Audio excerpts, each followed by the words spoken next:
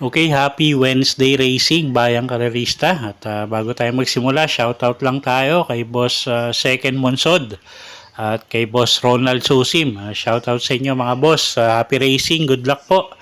At yun nga, no, araw tayo ng Miyerkules, October 4, 2023. 7 karera tayo at medyo may kanipisan yung lineup natin, no? Dahil nga yung ibang karamihan sa mga kabayo itatakbo this coming weekend. So medyo manipis yung lineup natin. Anyway, medyo talasan nyo yung mga radar nyo, no? Baka alam nyo na, magkaroon na naman tayo ng mga dehadong makakasingit dyan. Okay, so simulan na natin. 7 karera nga, post time ng race 1, 5:30. Race 1, 3-year-old and above maiden race. 3-year-old maiden race. Start ng winner take all. Distansya 1,200 meters. First choice natin, numero 2. Comeback Stronger. Si A. Reyes, yung re-renta dyan. At medyo maganda na may pinapakita nito, no, ng mga takbo niya. So, consistent naman siya sa placing. So, tingin ko medyo lamang to rito. Second choice natin, yung numero 3 na si Malabon King, sasakay ni JRD Ocampo. Ito yung tingin kong pwedeng magbigay ng laban doon sa numero 2. Okay, so dito sa race number 1 nga, ang first choice natin, yung numero 2 na si Comeback Stronger. At second choice natin, yung numero 3 na si Malabon King. Okay, next race tayo, race number 2. Start ng Peak 6. Merge group to, no? Class 4. 22 to 27, tsaka 28 to 33. Distansya, 1,200 meters. So, medyo maiksi. At medyo may matutulin din dito, no? First choice natin, numero 5, Rocking Bell. Sasakay ni Pabs Cabalejo. At medyo impresibo yung huling takbo nito. So, tingin ko mag-uumento pa si Caballo.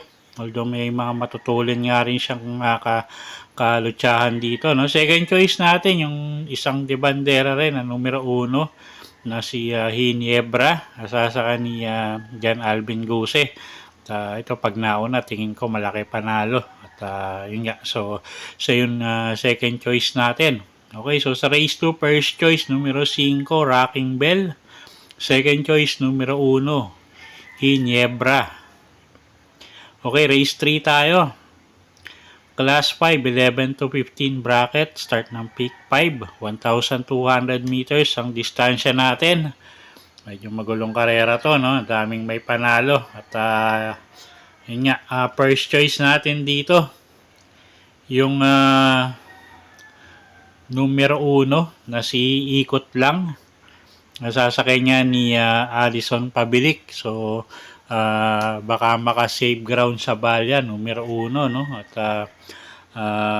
yung 2 kasi medyo pababaeng grupo, so medyo alangan tayo rito kung isasabay sa unahan to. So pag nakaporma sa unahan yung numero 1, tingin ko malaki panalo. Second choice natin yung numero 5 na si Batas Kamao. Mark Angelo Alvarez yung re-renta dyan. Tingin ko pag nilabas, no, malaki rin panalo. Okay, so sa race 3, first choice, numero 1, iikot lang. Second choice, numero 5, Batas Kamao. Okay, race 4 tayo. Class 4, 16 to 21 bracket. Distansya, 1,200 meters. Start ng Peak 4. First choice natin, numero 2, El Mundo. A.R. Villegas, yung re-renta dyan. Tingin ko hindi katulinan yung ere dito sa karerang to, no? So baka mapabor dun sa numero 2 na si El Mundo, kahit medyo maiksi yung distansya, no? Huwag lang masyadong maiwan. Tingin ko malaki panalo. Second choice natin yung numero 1 na si Cash is King. Sasakyan niya ni Jan Paul Guse, gamay ng hinete. At pwedeng iuna, pwedeng isunod. So tingin ko malaki rin panalo. Okay, so sa race 4, first choice, numero 2, El Mundo. Second choice, numero 1, Cash is King. Okay, race 5 tayo. Class 5, 11 to 15 bracket. 1,200 meters ang distansya. 6 na kalahok. First choice natin dito, no, yung galing sa bakasyon na si Hot Rod Hearts. Alison Pabilik yung rerenta dyan. At tingin ko kahit medyo galing sa bakasyon, no, medyo may kagaangan yung laban niya ngayon, no? At alam naman natin kinakalaban nito. Medyo talagang mabibigat. Second choice natin yung numero 1 na si Axis Deviation. Nasasakay niya ni MED Ocampo. At yun nga, pag nauna, tingin ko malaki panalo, no? At isang debanderang kabayo. Okay, so sa race 5, first choice numero 6, Hot Rod Hearts. Second choice numero 1, Axis Deviation. Okay, race 6 tayo, penultimate race, class 5-5, lowest group tayo dito, 1,200 meters ang distansya.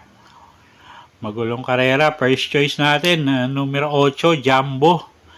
JD Calagos yung rerenta dyan. At medyo consistent naman si Kabayo sa unahan. At tingin ko dito medyo makakaporma sa unahan kahit papano, no? So although nandito si Awesome Call, pero tingin ko medyo siya yung pinakabatak sa laban dito. Second choice natin yung numero 4 na si Navy Cat. Ipinahilat yung rerenta dyan, gamay nung hinete. Third choice natin dito, pwedeng pangdehado, no? Yung numero 6 na si Solution, sasakay ni YL Bautista. Okay, so dito sa race number 6, first choice nga natin, numero 8, Jumbo. Second choice, numero 4, Navy Cat. Third choice natin, yung numero 6 na si Solution. Okay, last and final race tayo, race number 7, class 5, 6 to 10 bracket. Distansya, 1,400 meters. First choice natin, numero 2, Majestic Star. JD Calagos yung sasakay dyan. Tingin ko medyo pabor sa kanya yung distansya. At yun nga, gamay din naman ni JD Calagos to, no? At isang diremating kabayo. So tingin ko malaki panalo niya rito dahil sa distansya. Second choice natin yung numero 8 na si Blue Mist, sasakay ni O'Neil Cortez.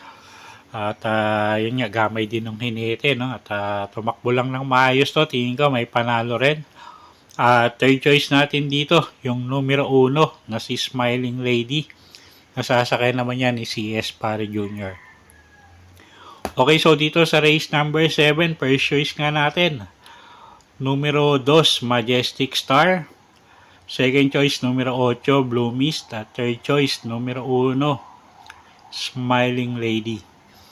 Okay, so yun po yung mga giya natin para sa araw ng Miyerkules, October 4, 2023. Sana po yung makatulong sa pagpili nyo ng mga tatayaang kabayo. Inuulit ko po, kayo pa rin po masusunod kung saan nyo itataya yung pinagpaguran yung pera.